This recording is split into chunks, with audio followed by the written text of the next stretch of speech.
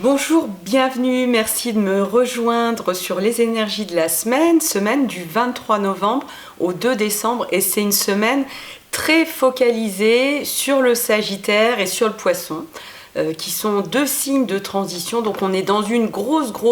transition, et c'est une transition qui active nos neurones, qui active nos idéologies et qui active aussi la manière dont on va utiliser une forme de combat, une forme de dialogue finalement, où on dit clairement les choses et où ça fait avancer tout le monde.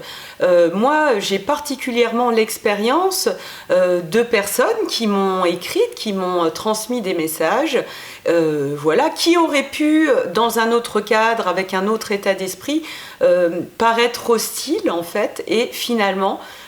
j'ai vraiment eu le sentiment, grâce à ces personnes, et je les remercie encore,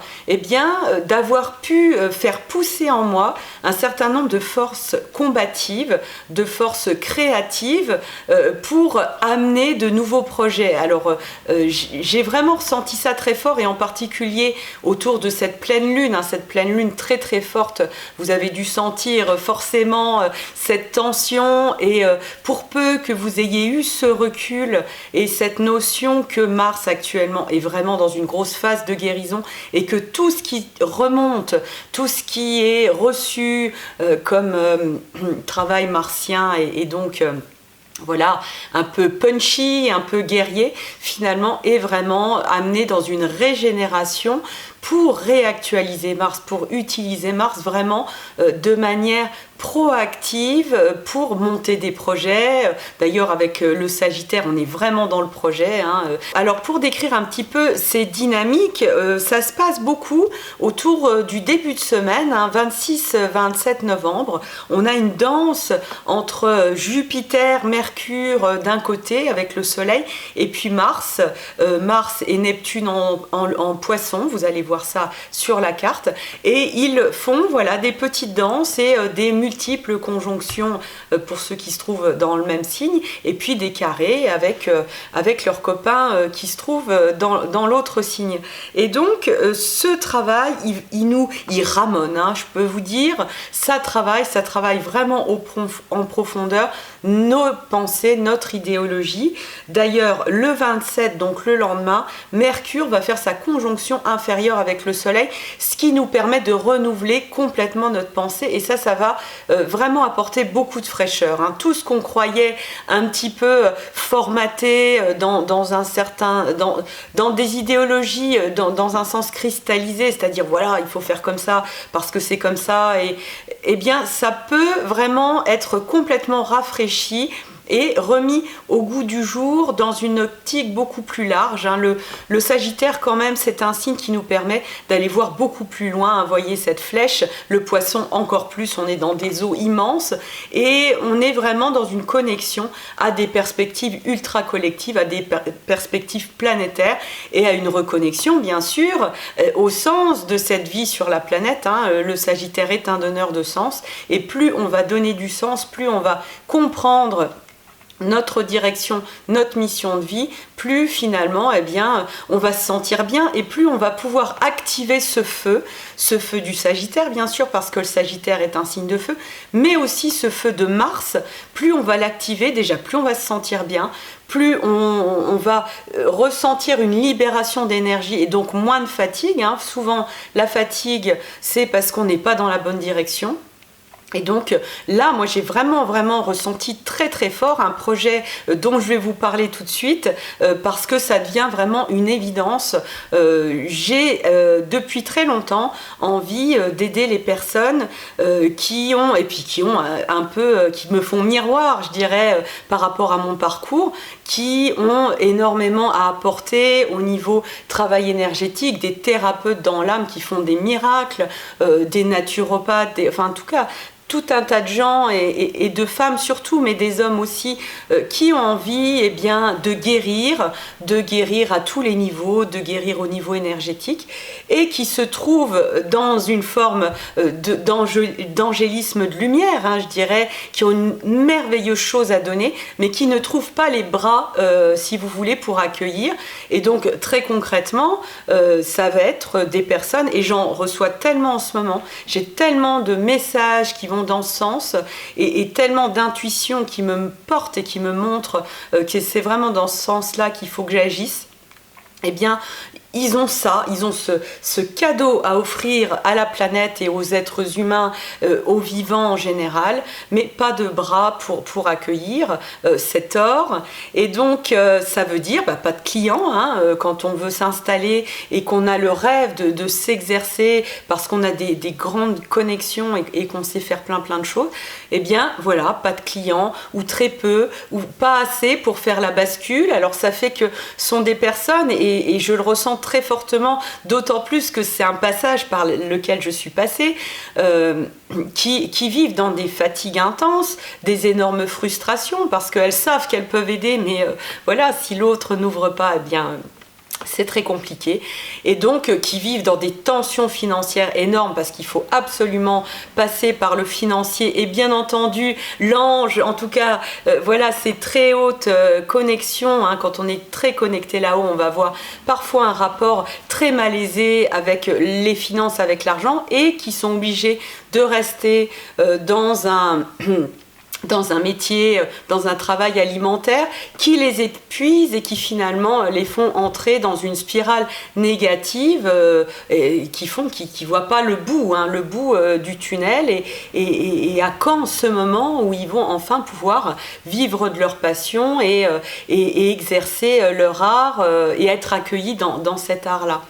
J'ai longtemps mis de temps à vouloir vous en parler parce que pour moi c'était encore à l'état embryonnaire, c'était pas complètement abouti. Et puis à un moment je me suis dit si, il faut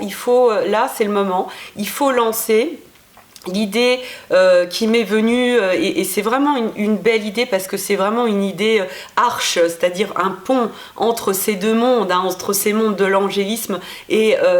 le monde de cette société très incarnée, très réelle. C'est l'idée d'appeler ça le marketing des anges. Ça paraît complètement incompatible entre marketing et ange, et justement, moi je trouve qu'on va remettre de la lumière dans tout ce qui est ces techniques qui peuvent être vraiment des techniques qui permettent de se rendre visible, de montrer, d'être fier de ce qu'on fait, d'être fier de s'exposer, et souvent c'est vraiment très très difficile pour ces personnes, sans avoir l'impression de se blesser ou de se vendre ou d'être vraiment dans une dynamique qui va être complètement en désaccord avec les valeurs de lumière que ces personnes ont envie de transmettre. Moi j'ai énormément étudié tout ce qui était marketing, tout ce qui était business, ça a été vraiment, ça a fait partie de mes préoccupations, et d'ailleurs je me suis retrouvée dans mes études, dans des études de commerce, je savais pas du tout ce que je venais faire là, et puis évidemment le puzzle fait sens après, et on comprend, on remet tout en place, et on comprend qu'on a quelque chose de l'ordre d'incarner toutes ces belles choses qui sont en haut, sur Terre. C'est en gestation, je suis vraiment au bord d'accoucher de ce projet-là, mais j'avais envie de vous en parler déjà. Je prévois un webinaire pour présenter ça vraiment à tous ceux que ça intéresse, le 7 décembre, jour de la nouvelle lune, hein, c'est joli pour une naissance, pour vous présenter l'état de ma gestation ou de mon accouchement par rapport à tout ça. Et voilà, vu le nombre de personnes qui m'a écrit pour me parler de cette envie d'impacter enfin leur lumière sur le monde, eh bien je pense qu'on va vraiment faire un joli travail. Donc le 7 décembre à 20h, vous pourrez assister à un webinaire. Pour vous inscrire, eh bien vous allez sur la page d'accueil de mon site internet, vous verrez ce symbole, vous pourrez cliquer dessus et là il y aura un formulaire, vous pourrez vous inscrire, et j'aurai vraiment grand plaisir qu'on porte ça ensemble, parce qu'il y a quelque chose à faire, il y a vraiment quelque chose de joli à faire pour réconcilier les deux mondes, pour remettre ce Mars qui est en train de vraiment nous apprendre quelque chose de fort, c'est-à-dire Eh bien oui, on peut ne pas jeter le bébé avec l'eau du bain. Cette société, elle a construit des choses. Évidemment, il y a des choses qui ont été perverties. Évidemment, on ne va pas tout prendre tel quel, parce que moi, avec tout ce que j'ai pu étudier en termes de business, de gestion, de marketing, c'est hyper pas du tout adapté à des personnes qui sont justement dans ce travail de lumière, et pourtant il y a plein de choses à en retenir et à apprendre de ce monde-là. Alors j'en profite pour envoyer aussi eh bien de l'amour, ce qui va paraître complètement paradoxal et j'espère être comprise, eh bien finalement à tous ceux qui ont développé du business. Et oui, bien sûr, il y a des choses qui ont détruit la planète et on a été beaucoup trop loin dans la consommation. Mais pour autant,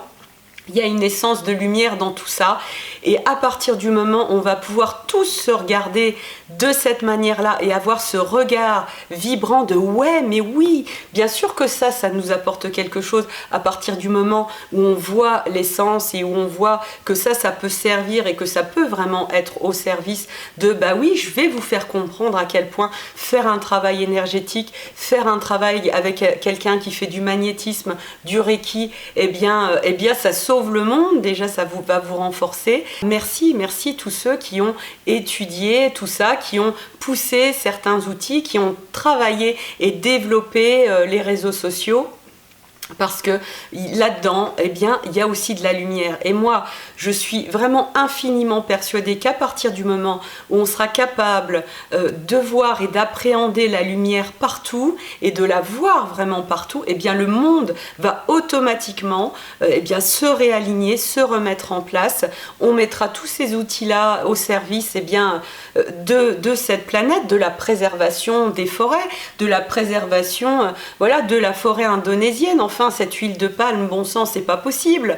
Il faut que le marketing soit au service, et d'ailleurs c'est déjà en cours, hein, il y a déjà